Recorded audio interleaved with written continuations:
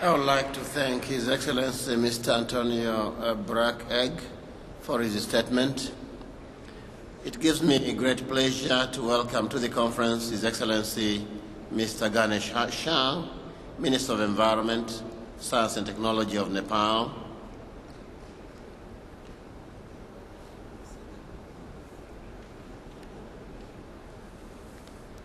Your Excellency Mr. Ganesh Shah, I yield the floor, sir.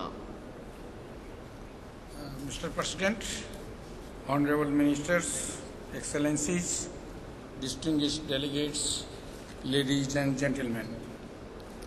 As previous speakers, I would like to express my sincere gratitude to the government and the people of Poland for the warm hospitality and excellent arrangements made for this conference.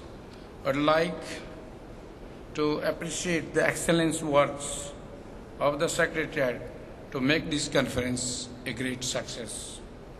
Mr. President, we support the statements made by the Antigua and Barbuda on behalf of the G77 and China, and by the Maldives on behalf of the least developed countries.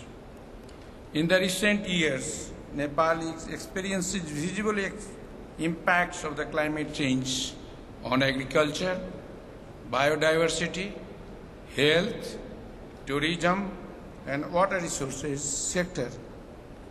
Increased temperature in Nepal Himalayas, the freshwater tower, has resulted to snow melting at faster rate and is likely to affect the millions of the peoples both at the upstream and downstream.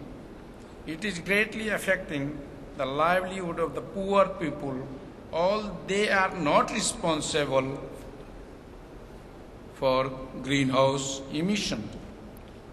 We have to realize the needs of the poor and thereby accelerate development activities to reduce poverty. We have been promoting low carbon development pathway by adopting renewable energy and energy efficiency policies and programs. However, it is a harsh reality that we are facing the threat of the climate change.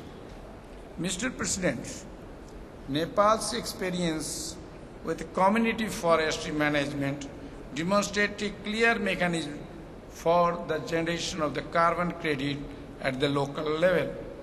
Studies in Nepal have demonstrated that besides reduction of degradation, people managed forests result in significant increase in carbon stock and thus should be credited to bring wide variety of the local benefits. Nepal invites parties and observers to learn from its experiences of community forestry in the development of an equitable and socially just reed mechanism. On this occasion, I, from the country of the Mount Everest and the birthplace of Lord Buddha, would like to urge the developed and developing country parties to extend their cooperation to the vulnerable, in particular the landlocked mountains countries in the following areas as a matter of high priority. Support the establishment of the Himalayan Climate Change Research Center. Assist the vulnerable community in building their capacity to cope and adapt with the adverse effects of the climate change. Allocate adequate amount of adaptation fund for adaptation and poverty reduction programs of the country that has not benefited from the CDM projects. Include READ under the carbon credit schemes to reward and to compensate poor and indigenous people and local community involved in conserving the forest. Recommit ourselves for deeper greenhouse gas reduction target, taking into account the historical obligations and increase greenhouse gas emissions. Mr. President, today the climate change is the world's priority and its survival and future rests upon how we respond to this. Nepal urged to all parties to adhere the principles and guidelines underlined in the Bali Action Plan.